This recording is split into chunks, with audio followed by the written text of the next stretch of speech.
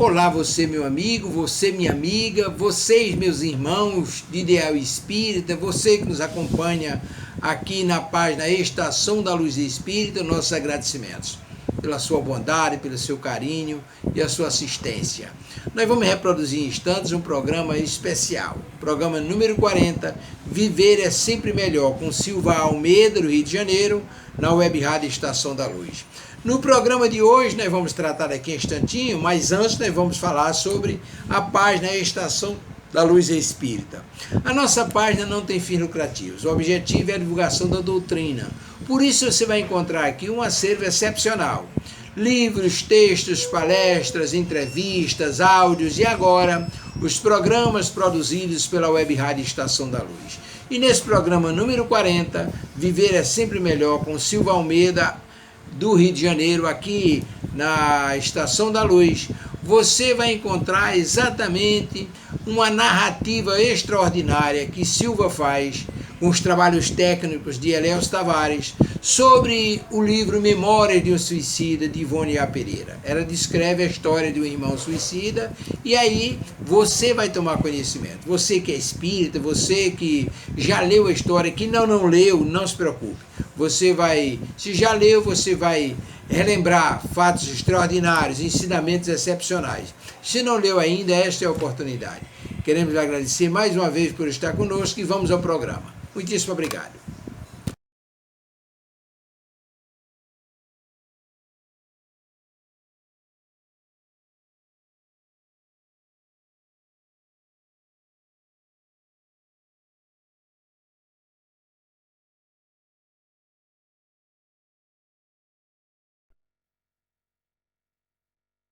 Tivemos um problema técnico, eu estou procurando ver, mas pode continuar. Bom, meus irmãos, como nosso irmão Tavares nos informou, não é? Tivemos um pequeno problema técnico e agora, então, vamos dar continuidade ao nosso programa de hoje. Como ia dizendo, nós hoje iremos iniciar o estudo do capítulo 2, que é os réprobos, ok? Então, vamos a ele. Em geral, aqueles que se arrojam ao suicídio para sempre esperam livrar-se de dissabores julgados insuportáveis, de sofrimentos e problemas considerados insolúveis pela tibiez da vontade deseducada, que se acovarda em presença muitas vezes da vergonha do descrédito ou da desonra, dos remorsos deprimentes, postos a enxovalharem a consciência consequências de ações praticadas à revelia das leis do bem e da justiça. Aqui, já, o autor começa a nos colocar que, em geral, todos aqueles que optam pela porta enganosa do suicídio esperam se livrar dos problemas, né, que consideram insuportáveis, de sofrimentos e problemas considerados por eles insolúveis, né? Insolúveis muitas vezes pela falta, digamos assim, de determinação dos nossos irmãos, de acreditar que podemos superar.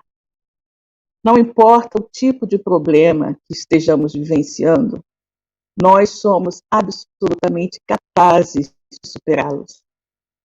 Deus não coloca sobre nossos ombros nenhum fardo que seja superior às nossas forças. Não existe missão impossível. Deus não faria isso, não tem por que fazer. O objetivo da encarnação de todos nós é o crescimento, o aprendizado, não é? O resgate de faltas pretéritas para que nós, como espíritos imortais que somos, possamos crescer e evoluir, corrigindo assim os nossos erros pretéritos e dessa forma nos colocando em nível superior, né? Em nível mais elevado daqueles espíritos que buscam se aperfeiçoar. Então não adianta nós buscarmos fugir deste compromisso. É um compromisso assumido. Precisamos limpar. É como as crianças, né, que fazem bagunça no quarto e depois a mãe vem e diz: você não vai sair daí enquanto não arrumar o seu quarto. É mais ou menos assim, né? Pegando um exemplo muito, muito simples e singelo. Nós cometemos enganos em nossas vidas pretéritas porque somos espíritos em aprendizado ainda. E quando reencarnamos e passamos por dificuldades, essas dificuldades seriam como aquela história de arrumar o quarto. Você bagunçou, agora você arruma. E nem sempre nós gostamos de bagunçar, né? Mas não gostamos de arrumar depois. Achamos chato, aborrecido, cansativo, não é? Mas precisamos fazer. E não é impossível arrumar. Todos nós podemos arrumar as coisas, não é? E tanto podemos que Deus, né, nosso Pai, nos coloca para arrumá-las. Então não adianta fugir, porque mesmo que busquemos fugir, nós iremos retornar para arrumar, não é? Para arrumar tudo aquilo que desarrumamos. E quando fugimos do nosso compromisso de arrumar as coisas desajustadas que criamos em nossas existências, as condições serão sempre mais complexas, mais difíceis. Então, já que temos que arrumar, que façamos agora, né? Quando temos as melhores condições para isso. Não adianta fugir, não é? Vamos fazer o que tem que ser feito agora. E a grande verdade é que, por sermos, né, espíritos imortais, a morte não existe. A morte não existe. Nós vamos apenas destruir esse instrumento divino que Deus nos deu para evoluir, para crescer, para reajustar as nossas dificuldades, para crescer efetivamente, e vamos ficar sofrendo as consequências desse ato impensado, esse ato de enorme rebeldia com relação às determinações de Deus para nós. Então ele continua. Também eu, ele está se referindo a ele mesmo, também eu assim pensei. Ele também pensou que pudesse escapar da vida, pudesse escapar dos problemas pelo suicídio. Também eu assim pensei, muito apesar da auréola de idealista que minha vaidade acreditava glorificando minha fronte. Ele era muito vaidoso, muito orgulhoso, se achava um homem muito sábio, mas era materialista. Acreditava que após a morte do corpo físico existiria o nada. Então, já que ele estava sofrendo, tinha um problema: se ele destruísse o corpo físico, ficaria livre da dor e do sofrimento. Mas grande desilusão. Não foi isso que ele encontrou, muito pelo contrário. Ele encontrou muita dor e sofrimento após destruir o seu corpo físico. E notem que eu não digo após a morte, porque a morte não existe. O espírito não morre jamais. O que se destrói é o corpo material, porque a vida continua.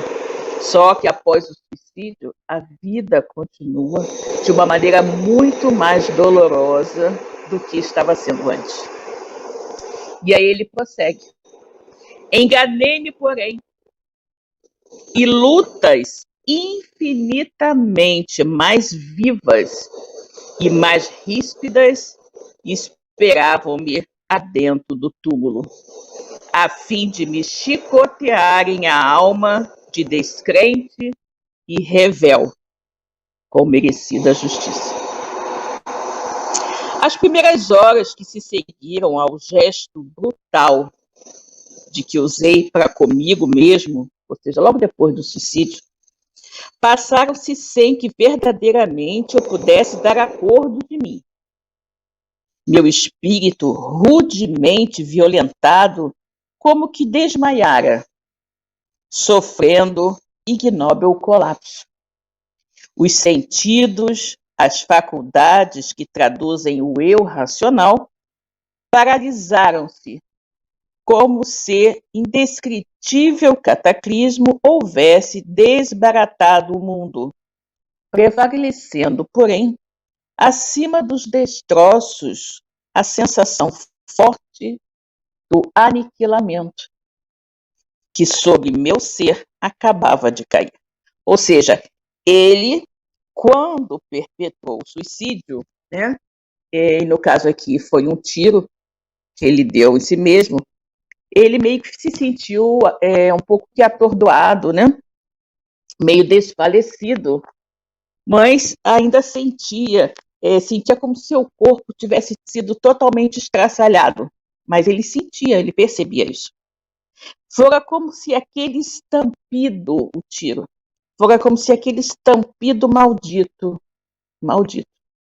que até hoje ecoa sinistramente em minhas vibrações mentais, sempre que dei cerrando os véus da memória, como neste instante revivo o passado execrável, como se aquele estampido maldito tivesse dispersado uma a uma as moléculas que em meu ser constituíssem a vida. Ou seja, ele tem a sensação meio que de uma explosão. O estampido destruiu o seu corpo físico e ele sentia como se cada molécula do seu corpo tivesse se desmaterializado, se desconstituído, né? E assim destruído a vida. A linguagem humana, olha o que ele vai nos dizer aqui agora. A linguagem humana ainda não precisou inventar vocábulos bastante justos e compreensíveis para definir as impressões absolutamente inconcebíveis que passam a contaminar o eu de um suicida. Que passam a contaminar o eu de um suicida logo as primeiras horas que se seguem ao desastre, as quais sobem e se avolumam, envolvem-se em complexos e se radicam e cristalizam num crescendo que traduz estado vibratório e mental que o homem não pode compreender, porque está fora de sua possibilidade de criatura e mercê de Deus, se conservou aquém dessa anormalidade. Para entendê-la e medir com precisão a intensidade dessa dramática surpresa, só outro espírito cujas faculdades se houvessem queimado nas efervescências da mesma dor. Ele diz, então, aqui, que até hoje o homem não encontrou palavras que possam expressar verdadeiramente a sensação terrível que o suicida sente após perpetrar esse ato terrível, né? Não existem palavras que possam expressar. E ele diz que por mais que você tente dizer o que foi a sensação, só mesmo alguém, um outro espírito que tenha cometido o mesmo engano, pode entender a sensação terrível que o suicida sente após destruir o seu corpo, né? Ele diz que o seu eu, e nós entendemos muito bem por quê, porque a morte não existe, o seu eu permanece intocado. A personalidade continua a mesma, a consciência de si mesmo não se perde, ou seja, muitas pessoas que desejam destruir a vida para perder a consciência de tudo, para se desligar do mundo, obviamente não conseguem, porque a morte não existe. Então, elas apenas estão fugindo de uma dor para cair numa dor pior do que estavam antes. Esse é o grande problema, a grande desilusão dos suicidas. Todo suicida acredita que vai se livrar da dor ao destruir o seu corpo. Mas isso não ocorre jamais. Ao destruir o corpo físico, o suicida só está multiplicando e muito a dor que está sentindo. Nessas primeiras horas, que por si mesmas constituiriam a configuração do abismo em que se precipitou, se não representassem apenas o prelúdio da diabólica sinfonia que será constrangido a interpretar pelas disposições lógicas das leis naturais que violou, o suicida, semi-inconsciente, adormentado, desacordado, sem que para maior suplício se lhe obscureça de toda a percepção dos sentidos, sente-se então dolorosamente contundido, nulo, dispersado em seus milhões de filamentos psíquicos, violentamente atingidos pelo malvado acontecimento. Paradoxos turbilhonam em volta dele, afligindo-lhe a tenuidade das percepções com martirizantes girândolas de sensações confusas. Perde-se no vácuo, ignora-se. Não obstante, aterra-se, acovarda-se, sente a profundidade apavorante do erro contra o qual colidiu. Deprime-se na aniquiladora certeza de que ultrapassou os limites das ações que lhe eram permitidas praticar. Exatamente. O suicida toma consciência de que ele foi longe demais, de que ele extrapolou, que ele ultrapassou os limites daquilo que Deus lhe permitia fazer ao destruir o corpo físico que o nosso Pai, misericordioso e bom, nos dá para que nós possamos evoluir na nossa caminhada de espíritos imortais que somos. Recebemos de Deus uma dádiva, que é a dádiva do corpo físico, para que nesse corpo físico nós possamos viver aqui na matéria e irmos nos aperfeiçoando. E aí nós pegamos esse presente de Deus e numa atitude de total rebeldia, por não querermos continuar a nossa caminhada evolutiva do jeito que Deus planejou para nós destruímos o instrumento de nossa comunicação com o mundo material.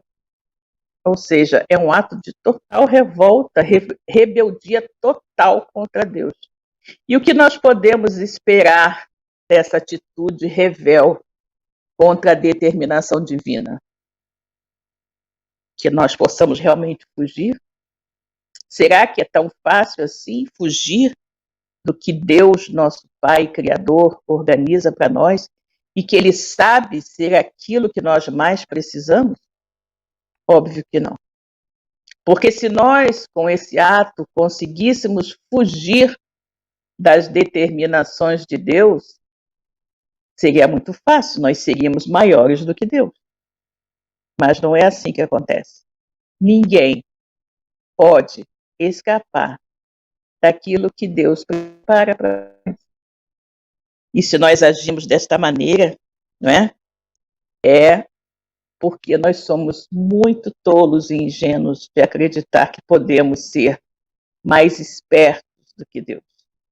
Deus organiza a nossa encarnação, Deus prepara o caminho que nós devemos trilhar para evoluir, para efetivamente saldar as nossas dívidas com a lei, e nós então fugimos, destruindo o instrumento que Deus nos deu, que é o corpo físico, para realizarmos as nossas tarefas. E é assim? Obviamente que não, né? Obviamente que não, porque Deus não está subordinado aos nossos desejos, às nossas vontades infantis. Não é? Então, ele continua aqui. É o traumatismo psíquico, o choque nefasto que o dilacerou com suas tenazes inevitáveis e o qual, para ser minorado, dele exigirá um roteiro de urzes e lágrimas. Decênios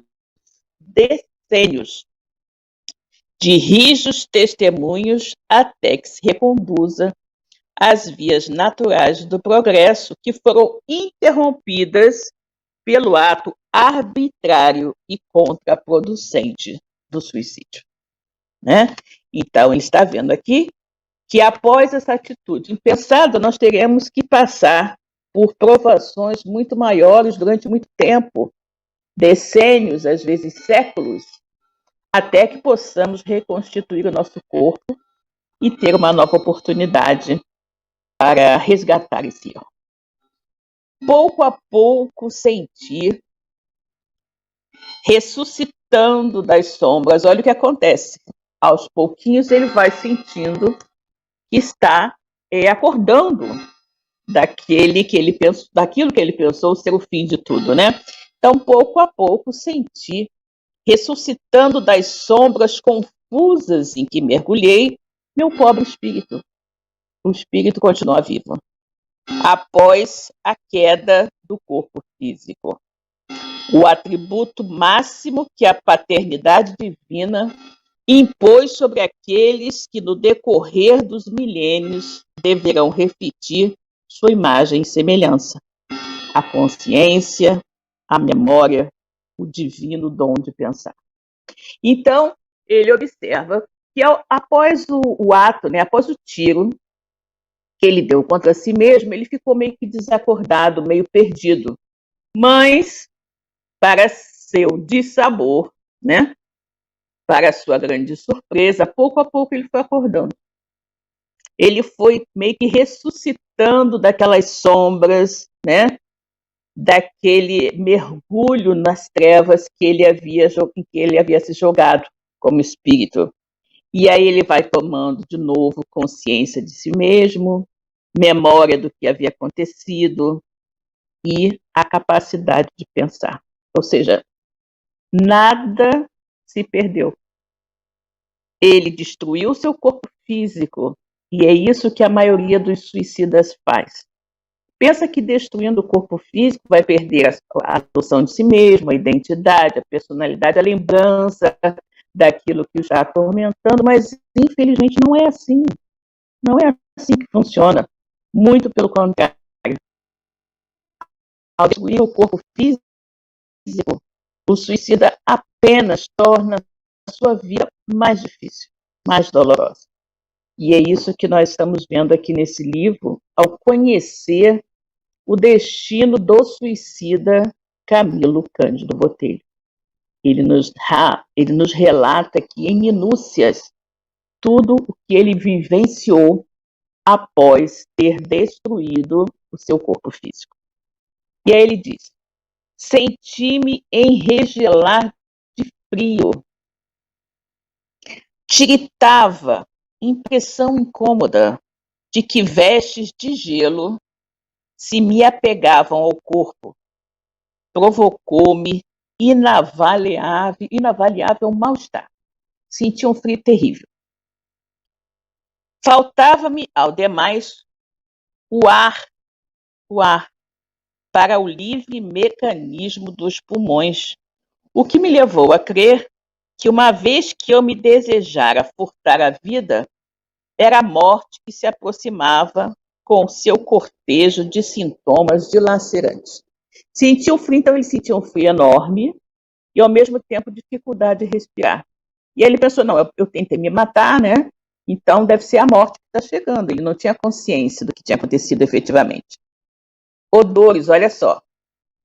Odores fétidos. Um cheiro horrível. Odores fétidos e nauseabundos. Todavia, revoltavam-me brutalmente o olfato.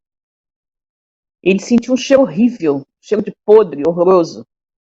Dor aguda, violenta, enlouquecedora, arremeteu-se instantaneamente sobre meu corpo por inteiro. Então, veja bem, ele destruiu o corpo físico achando que ia se livrar da dor, do problema que ele estava vivenciando. A gente ainda não sabe exatamente qual era o porquê dele ter se suicidado. Mas ele, depois do primeiro momento de torpor e tudo mais, ele retoma a consciência. E quando ele retoma a consciência, ele sente inicialmente um frio terrível, ele sente falta de ar, ele sente um cheiro insuportável, né, agredindo as suas narinas.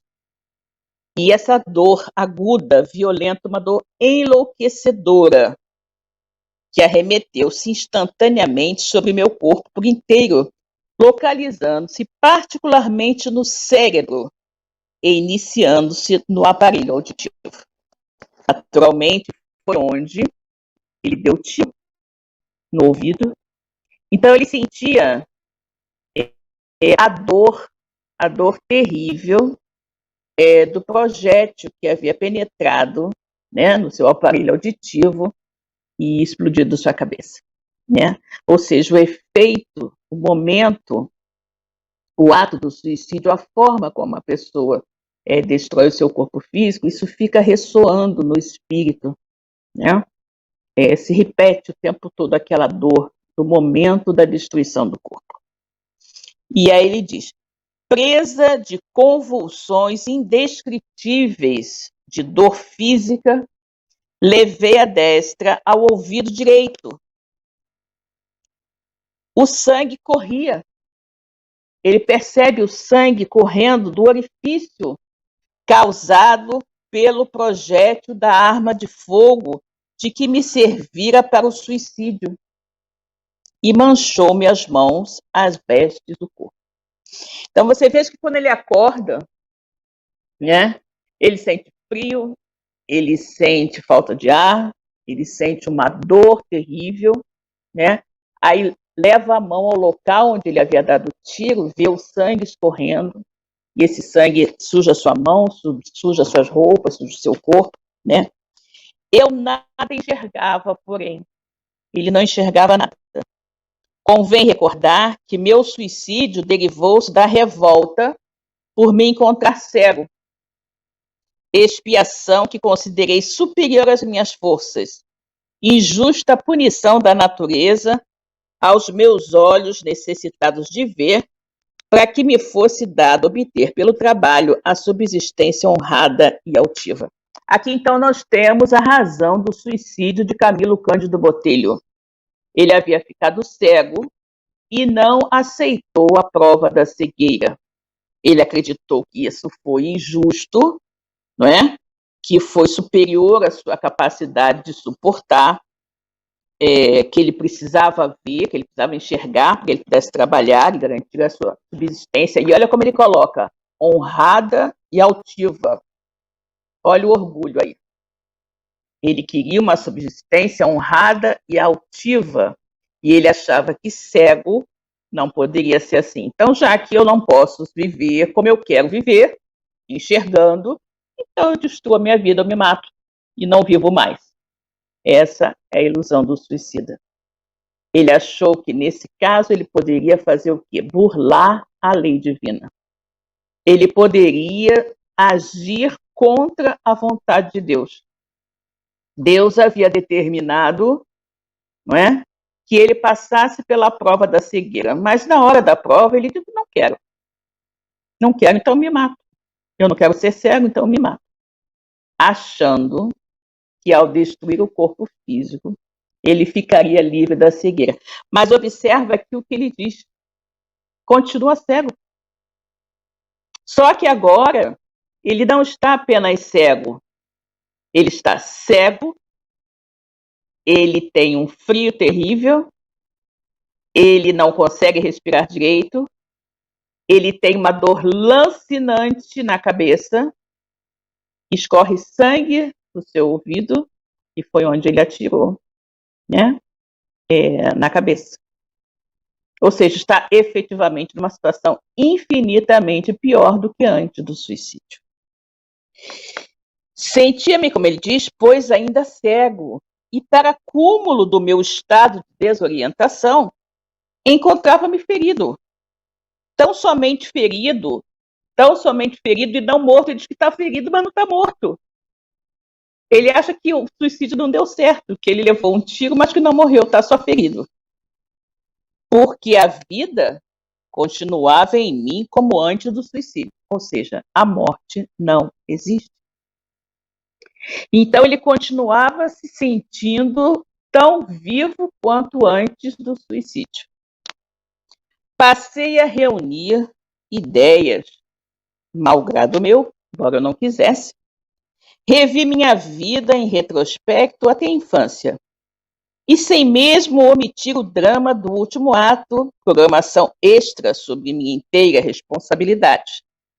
Sentindo-me vivo, averiguei, consequentemente, que o ferimento que em mim mesmo fizera, tentando matar-me, fora insuficiente, aumentando assim os já tão grandes sofrimentos que desde longo tempo me vinham perseguindo a existência. Exatamente aquilo que nós falamos, não é? Ele queria fugir da cegueira que ele não queria enfrentar. E aí deu um tiro no ouvido para destruir o seu corpo físico e assim se ver livre do problema. Só que não deu certo. Ele continuava vivo, mais vivo do que nunca, só que em situação muito pior.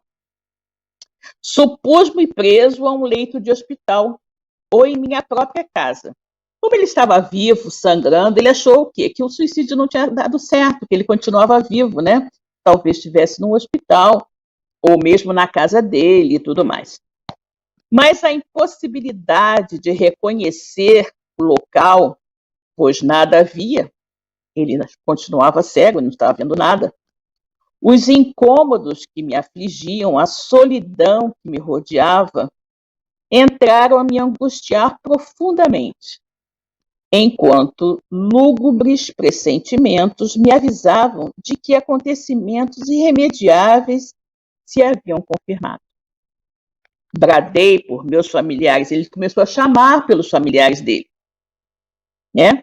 Ele estava se sentindo ali, caído, né? Com dores, o ouvido sangrando e tudo mais, e vivo. Então ele achou, não morri, né?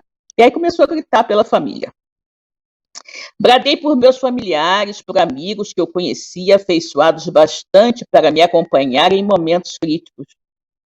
O mais surpreendente silêncio continuou enervando-me. Nada. Silêncio total.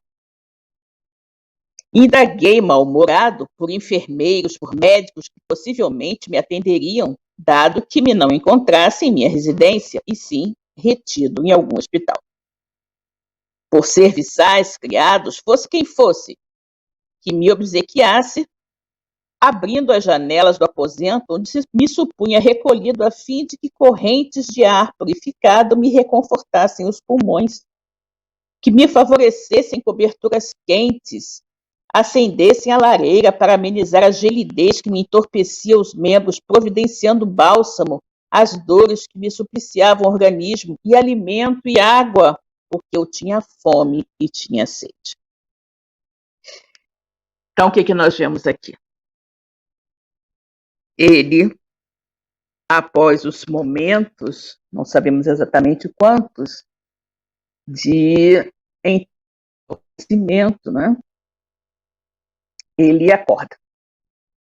Ele acorda e se vê no escuro, cego, como estava antes do suicídio, porém sentindo um frio terrível, uma dor lancinante, vendo o sangue sair pelo ouvido, não é? Em total escuridão, obviamente não reconhecendo o local onde estava, sentindo um cheiro de podre, né? Um odor insuportável, ele queria se livrar, né? Embora a dificuldade de respiração e tudo mais. E ele acha que está no hospital, está na casa dele, chama pelas pessoas, mas ninguém o acode. E aí ele fica irritado. Ele fica aborrecido. Como eu estou aqui nessa situação e ninguém vem me socorrer? Não me dão uma coberta para diminuir esse frio, não ligam não acendem a lareira, não é? Para amenizar isso, que absurdo. Eu estou aqui abandonado. Com espanto, em vez das respostas amistosas, porque tanto eu suspirava, o que minha audição distinguiu passadas algumas horas foi um vozerio ensurdecedor, que, indeciso e longínquo a princípio, como a destacar-se de um pesadelo, definiu-se gradativamente até positivar-se em pormenores concludentes. Era um coro sinistro de muitas vozes, confundidas em atropelos desnorteadas, como aconteceria numa assembleia de loucos. Então ele havia chamado pelos familiares, chamou por médicos, achou que estava no hospital, pelos empregados, por todo mundo, e ninguém o acudiu. Total silêncio. Depois de algumas horas, né, pedindo socorro, ele começa a ouvir vozes, muitas vozes, né? E era um coro, ele disse que era um coro sinistro, tudo misturado, muito falatório, muita confusão, que ele não conseguia distinguir bem o que fosse, e parecia mais uma reunião de loucos. Tamanho vozerio e tamanho o descompasso do que diziam. No entanto, estas vozes não falavam entre si, não conversavam. Estas vozes blasfemavam. Queixavam-se de múltiplas desventuras. Lamentavam-se, reclamavam, uivavam, gritavam enfurecidas, gemiam, estertoravam, choravam desoladoramente, derramando pranto hediondo pelo tono de desesperação com que se particularizava, suplicavam raivosas socorro e compaixão. Ou seja, da mesma forma que ele estava gritando e pedindo socorro, outros também estavam no mesmo local onde ele pedia socorro. Ou seja, aqui nós podemos deduzir que ele, como suicida, foi parar em um local onde outros suicidas também estavam reunidos. E que assim como ele gritava e pedia socorro, pedia ajuda, porque ele se acreditava num hospital, outros também deviam estar pensando a mesma coisa. E ele diz que quando esse vozerio que ele escutou, não é que as pessoas estivessem conversando umas com as outras, é que todos que ali estavam naquele local, e ele não enxergava, porque estava cego, estavam todos gritando, assim como ele, por socorro. Ele gritava e estava aborrecido, lembra? Porque ninguém o socorria. Então ele ouve gritos, blasfêmias, né? Xingamentos, todas essas pessoas falando tudo ao mesmo tempo, né? Imprecações nesse ambiente. Então era o que ele ouvia, né? Era o que ele ouvia. Aterrado, senti que estranhos empuxões, como arrepios irresistíveis, transmitiam-me influenciações abomináveis, provindas desse todo que me revelava através da audição, estabelecendo corrente similar entre meu ser superexcitado e aqueles cujo vozerio eu distinguia. Esse coro, rigorosamente observado e medido em seus intervalos, infundiu-me tão grande terror que, reunindo todas as forças de que poderia o meu espírito dispor em tão molesta situação, movimentei-me no intuito de afastar-me de onde me encontrava para local em que não mais o ouvisse. Ou seja, ele estava tão incomodado com aquele vozerio, com aquele choro, com aquela reclamação, com aquela gritaria em volta dele, que ele começou a tentar fugir daquele local, se afastar daquele ambiente onde ele ouvia todo aquele barulho, né? Tateando nas trevas, ele não enxergava.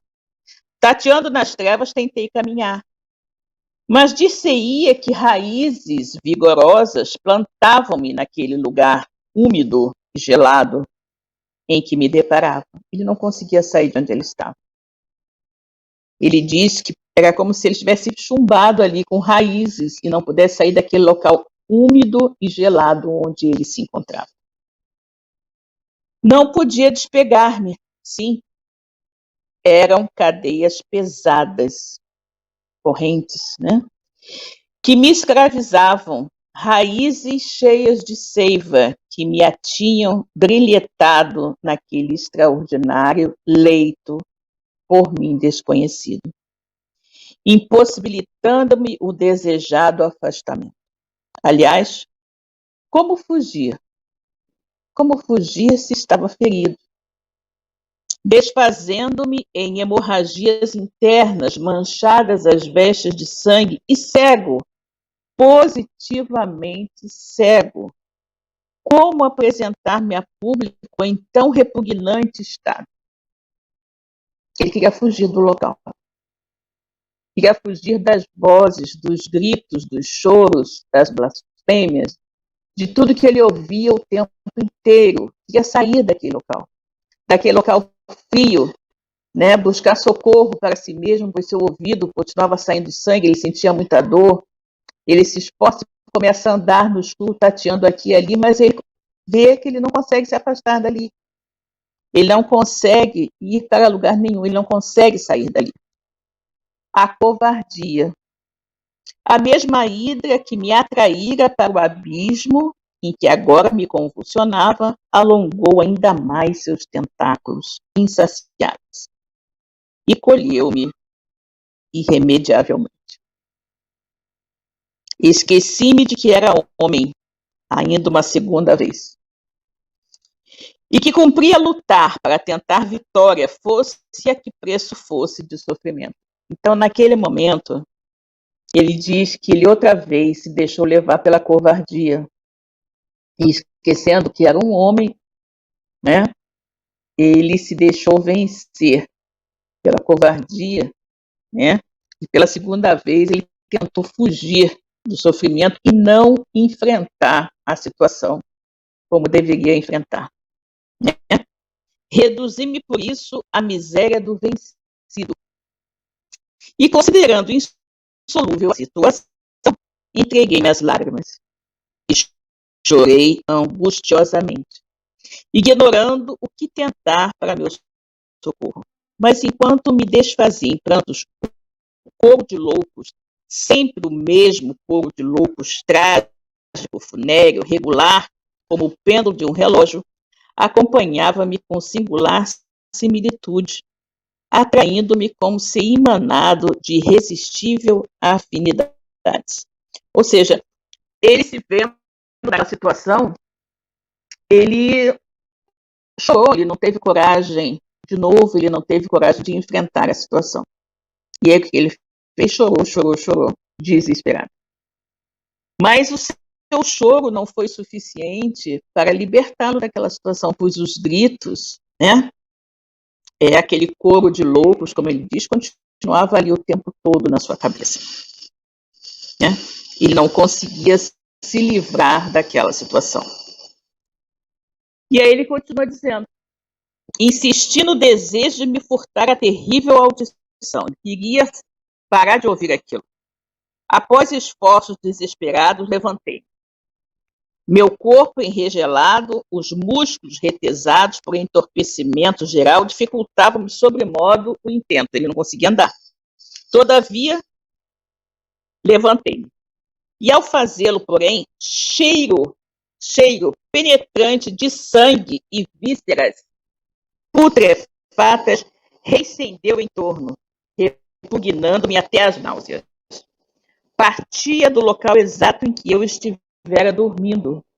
Ou seja, quando ele se levantou, o cheiro de sangue, de vísceras em estado de decomposição, assumiu as suas narinas e ele ficou enojado daquilo. E percebeu que aquele cheiro vinha exatamente do local onde ele estava deitado. Não compreendia como poderia cheirar tão desagradavelmente o leito onde me achava.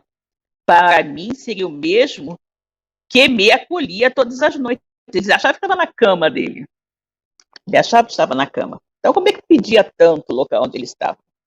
E, no entanto, que odores fétidos me surpreendiam agora. Atribuí o fato ao ferimento que fizera na intenção de matar-me, a fim de explicar-me, de algum modo, a estranha aflição ao sangue que corria manchando minhas vestes. Realmente, eu me encontrava empastado de peçonha, como um lodo asqueroso que dessorasse de meu próprio corpo, empapando incomodativamente a indumentária que usava, pois com surpresa surpreendi-me trajando cerimoniosamente, não obstante retido num leito de dor. ele observa que ele estava, não é? Ele estava vestido todo elegante, com uma roupa cerimoniosa, apesar de estar deitado numa cama, né? No seu leito de dor, né? No seu leito de doente. Ele não entendia muito bem aquilo, né? Mas, ao mesmo tempo que assim me apresentava satisfações, confundia-me na interrogação de como poderia assim ser, visto não ser cabível que um simples ferimento, mesmo a quantidade de sangue espargido, pudesse desandar a tanta podridão, sem que meus amigos e enfermeiros deixassem de providenciar a devida higienização. Então, o que nós temos aqui, meus irmãos? Ele acorda e se vê naquele ambiente, não é? Sentindo aquele cheiro terrível, continua cego do mesmo jeito, e ele acha, sentindo dor no ouvido, vendo sangue escorrer e tudo mais, e ele acha o quê? Ele acha que o suicídio não deu certo, que ele continua vivo, só que ferido, né?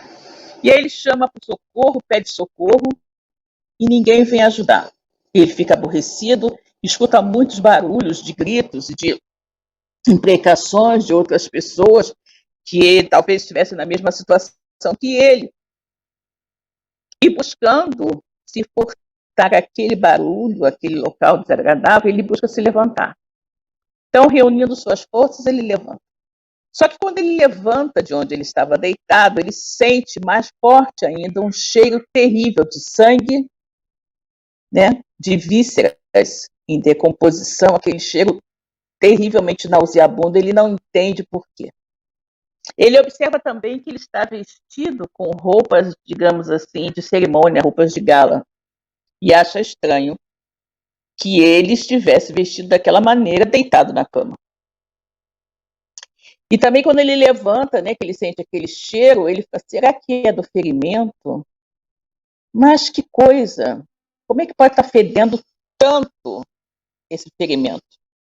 E por que é que os meus amigos, as pessoas que gostam de mim, os meus familiares, não vêm me limpar para que eu fique livre desse mau cheiro, né, ocasionado pelo ferimento? Então, vocês vejam que após o suicídio, ele está tendo as sensações tão vívidas, né, que ele acha que não morreu. Mas o que ele está efetivamente sentindo é o seu corpo em decomposição. E esse é um dos grandes tormentos do suicida. O suicida, ele acompanha todo o processo de decomposição do seu corpo físico. E isso é o que está acontecendo agora com o nosso personagem. Ele está relatando justamente isso. A dor continua, sensações outras mais desagradáveis, como frio. Ele diz que está com fome, com sede, com frio, com muita dor, o sangue não para de jorrar e o fedor insuportável de sangue e matéria em decomposição atinge suas narinas. E ele não consegue se livrar disso, sem contar os gritos à sua volta. Então imagina que coisa terrível, né? E foi para fugir da cegueira que ele caiu nessa situação, obviamente, infinitamente pior, né? Bem, meus irmãos, por hoje, então, nós chegamos ao final da nossa narrativa. E agora, queremos saber com o irmão Tavares se existe algum irmão que esteja nos acompanhando para nós podermos cumprimentar antes de sair, né? Então, temos aqui a Bia Grimmer. Bom dia, Bia. É um prazer ter você conosco. Obrigada. Rosane. Obrigada, Rosane. Obrigada por estar aqui conosco. Ângela. Bom dia, Ângela. Que bom que você está aqui. Então, vibrações de prece, de paz para todos nós. Aqui nós estamos um pedido de vibrações para a Dona Socorro, esposa de Chiquinho, enfermeiro das Quintas, em Natal, Rio Grande do Norte. As nossas melhores vibrações para a Dona Socorro. Vibrações de prece para nosso irmão José Soares, da Federação Espírita do Rio Grande do Norte, que se encontra enfermo também. Preces e vibrações para nosso amigo irmão Alexandre Santos, da nossa web rádio, que também está enfermo com a Covid-19. Então, vão aqui as nossas melhores vibrações para todos.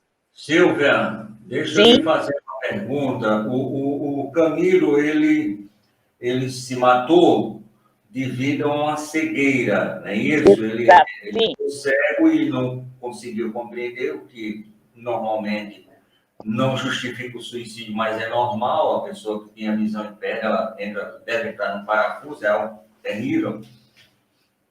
Então, ele desencarnou cego. No plano espiritual, o livro relata se ele recuperou a visão logo nesses momentos em que você está relatando do sangue e tudo mais, ele já estava com a visão. Você teria alguma informação que pudesse passar para os nossos internautas e ouvintes? Não, mas justamente, Tavares, ele relata que neste momento que nós estávamos analisando, ele relata que continua cego. Ele continua cego, ele estava naquele local, né? Onde ele ouvia aqueles gritos, onde ele sentiu um frio terrível, muita dor, colocou a mão no ouvido direito, onde ele havia dado o tiro, sente o sangue caindo e tudo mais, ele sentia fome, sentia sede e estava cego. Ele continuava tão cego quanto antes. Só que, além da cegueira, ele agora estava vivendo todo aquele tormento resultante do suicídio, né? É o que nós estávamos justamente explicando aqui. O suicida, ele busca se desfazer, né, de um problema, de uma dor, de uma dificuldade, e cai em uma infinitamente maior. Vejamos que o Camilo, ele antes, o problema dele era cegueira, agora ele está cego, né, sente um frio terrível, não consegue se aquecer, sente fome, sente sede, não é? Tem uma dor terrível na cabeça, o sangue não para de jorrar, né? O sangue não para de jorrar, e ele está sentindo um cheiro insuportável de sangue e vísceras em estado de decomposição, que ele ainda não percebeu, que é o seu corpo físico em estado de decomposição. É o que acontece a todo suicida. O suicida, ele acompanha todo o processo de decomposição do seu corpo físico. E existem relatos, inclusive, de que o espírito tem a sensação de sentir os vermes corroendo o seu corpo. É muito triste. A situação do suicida realmente é muito triste. E como você perguntou, ele continua cego. Maravilha, maravilha.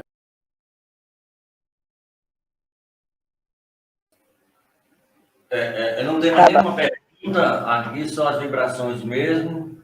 Se você quiser fazer o encerramento, o estudo foi maravilhoso. Pedindo desculpa pelas possibilidades técnicas que fogem à nossa alçada, infelizmente. Não, com certeza, nós compreendemos e os nossos ouvintes com certeza também compreendem, né? Essas falhas técnicas ocorrem, estão além da nossa vontade, do nosso controle. Bom, então, meus queridos irmãos, minhas queridas irmãs, nós queremos apenas aqui desejar a todos muita paz, muita tranquilidade, elevar o pensamento a Deus e pedir ao Senhor da vida que proteja, que ampare, que auxilie aos nossos irmãos suicidas que se encontram em sofrimento intenso no plano espiritual. Que a paz do Senhor esteja com todos e que possamos estar aqui novamente na próxima sexta-feira para mais um programa Viver é sempre o melhor. Graças a Deus.